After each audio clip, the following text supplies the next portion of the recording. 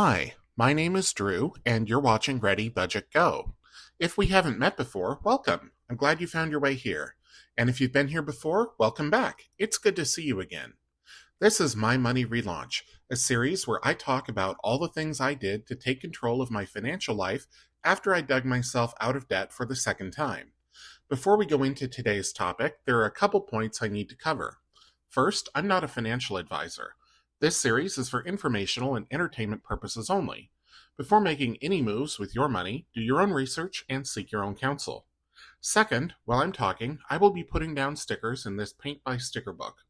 If you are not new to this series, I previously was saving $2 per sticker, but because I'm constrained in how much I can put aside this month, I'm adjusting that to $1 per sticker, at least for December.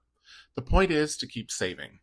Whether you're watching me try to make the most of my limited fine motor skills by putting stickers down, or you're just listening to me talk, I'm glad you're here. And now with all that out of the way, let's jump into today's topic. If you've been watching this series from the start, then you will know that I have been covering what I call the STRIVE method, which stands for saving and spending, taxes, retirement, insurance, investments, and estate planning. Each month in my finances, I focus on one of these areas. I've covered the process I went through for the first couple cycles, but after that, your finances really become more individualized as you start reaching benchmarks toward your own goals, which will be different from mine. As such, I intend to use this series to talk about money-related topics that are on my mind or on my heart. Each will relate to at least one area of STRIVE in one way or another. This week, I got a nasty surprise in the mail, a letter from the IRS. This was not a Christmas gift that I wanted, but unfortunately there are no returns and I can't regift it. The letter stated that I owe more than $4,400 in back taxes from 2023, which is a shocker. I do owe the money, so that will be coming out of my emergency fund ASAP, and it will also change the timing for some of my 2026 goals, as now it has created a deficiency in my emergency fund, so that will become my top priority, to the exclusion of pretty much all my other goals. IRS debt is, in my opinion, one of the three worst kinds of debt you can have, the other two being payday loans and student loans. Each is pernicious in its own way. Payday loans have high interest and fees. Student loans stay with you forever until they're repaid. It is nearly impossible to get rid of that debt without repaying what you borrowed, and the government can come after you and seize your assets if you're in default. IRS debt is similar. The federal government has broad powers to haul you into court, garnish your wages, and seize your property if you do not pay Uncle Sam. And that's not even to mention your moral obligation to pay your fair share to the Treasury, just like every other taxpayer. I'm using your in the general sense here, as I of course include myself in the broader we. So let me tell you how this all came about. I've talked in the past about how I repaid tens of thousands of dollars in credit card debt. It was an onerous task, and it took me more than 3 years. One of my creditors, a credit card company, refused to work with me. This was the first credit card I ever opened. When I got the card, I had a fairly low limit, something like $1,000. I got the card because the student loans I got from my community college barely covered tuition, leaving nothing for fees, books, supplies, or even subsistence-level living expenses.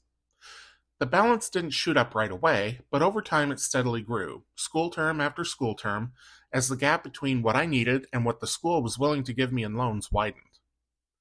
This was also the card that shouldered a lot of my medical debt when I got deathly sick in 2008, a story that I've shared in a previous episode. Long story short, even with insurance, my bills were through the roof, as one of my surgeons was not in-network with my Blue Cross plan. So in addition to hitting my in-network stop-loss, I also had out-of-network bills to pay. Of course, the economy was in a tailspin, and my student loans from finishing my bachelor's were entering repayment. 3 months early, but that's another matter. So there was a lot going on.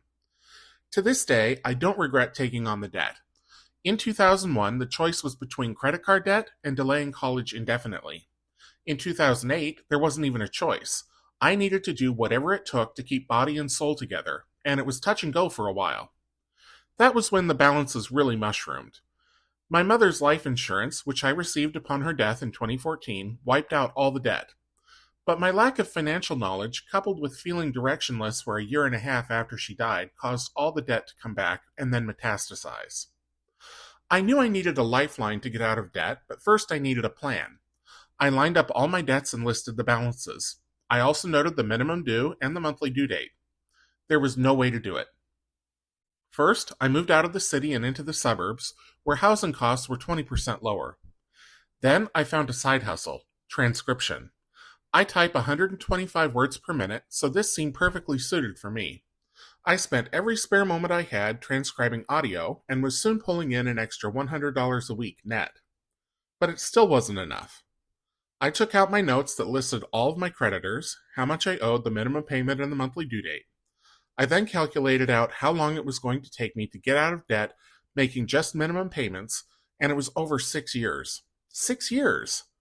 I was willing to commit to 3 years. That seemed a reasonable amount of time. So I needed to get the interest rates down. At the time, I had about 10 credit cards. I called all of them except the ones that I could get paid off in 3 or 4 months. For each one, I explained that I was having a hard time matching income to expenses, that I wanted to repay what I owed, but that I needed some help with the interest rate. I don't remember every conversation, but many of them were at least a little bit helpful. That first credit card, which by then had the largest balance at over $16,000, told me they don't adjust interest rates unless someone files Chapter 13 bankruptcy. That one rocked my world. I asked to speak to a supervisor who told me the same thing.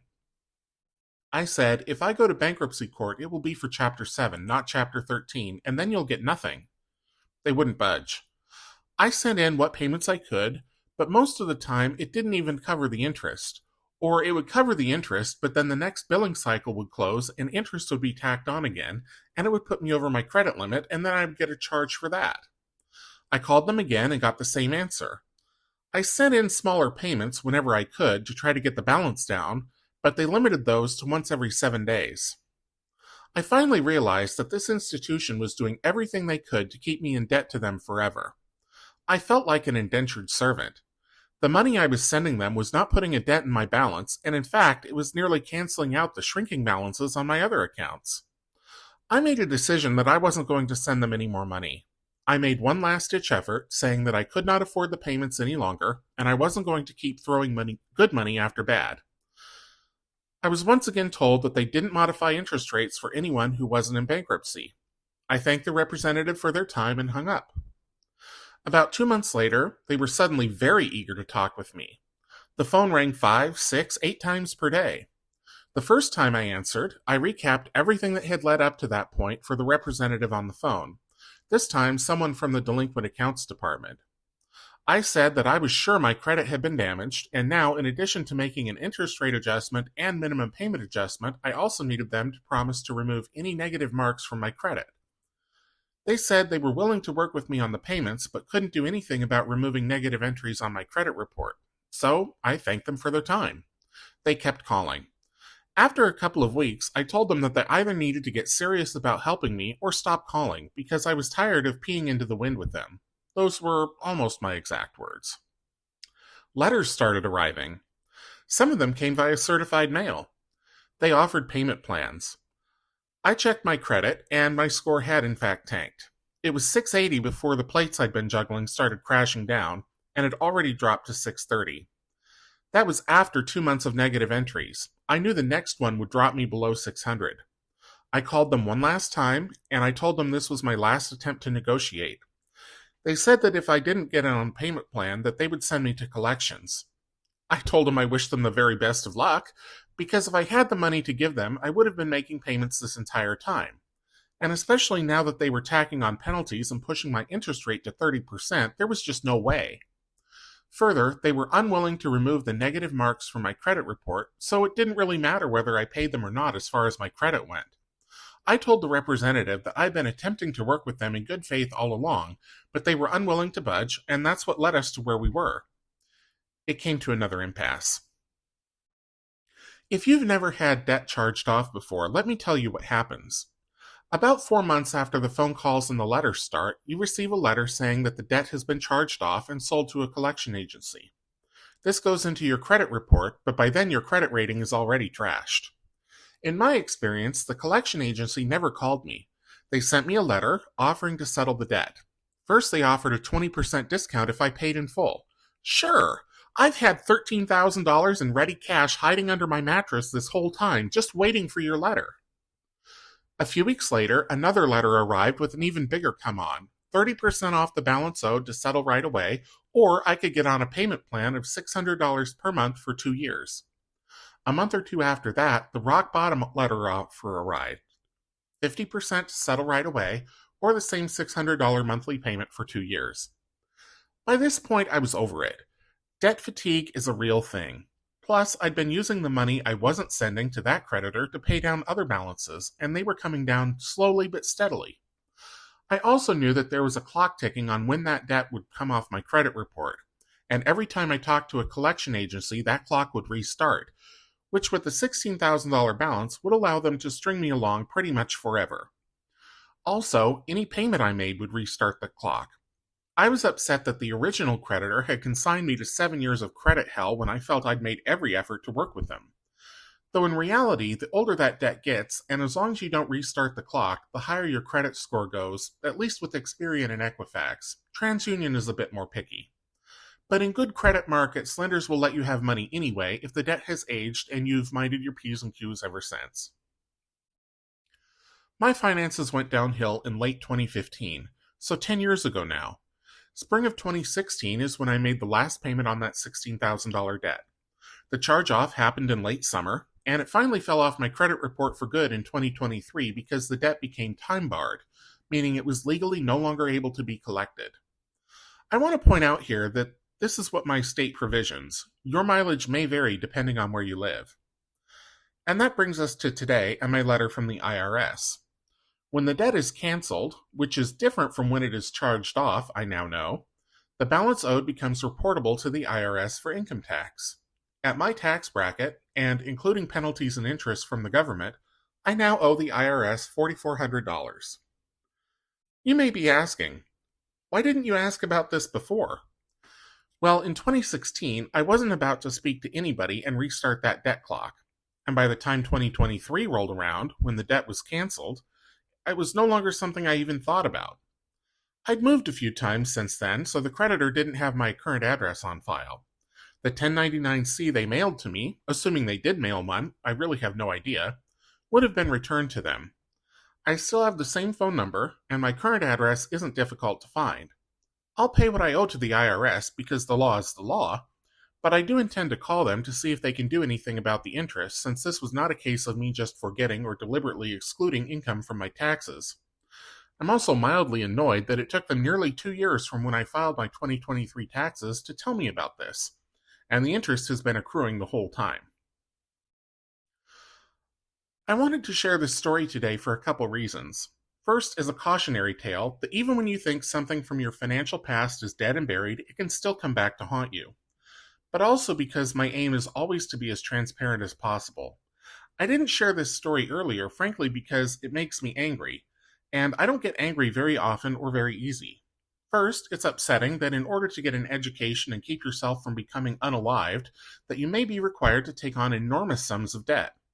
And second, that when you do decide to bite the bullet and take on debt for these, it is at a usurious interest rate designed to keep you in debt for years, if not decades. I really hope no one else has to go through this, but I know statistically some of those of you listening and watching will, or maybe you all already have. And that is why I'm not only grateful for my emergency fund, but why it is now shot up to my number one priority for 2026. Okay, that's all for this week. This week's episode has inspired me to try to pull something together for ethics next week. Part of the requirements for the personal finance program I took at UCLA is an ethics seminar, so I will share some of what we covered. I'll also talk about ethics in investing and how I vet companies I do business with. I hope you'll join me. For now, if you enjoyed this episode of My Money Relaunch, please be sure to give it a thumbs up, leave me a comment down below, and subscribe if you're new.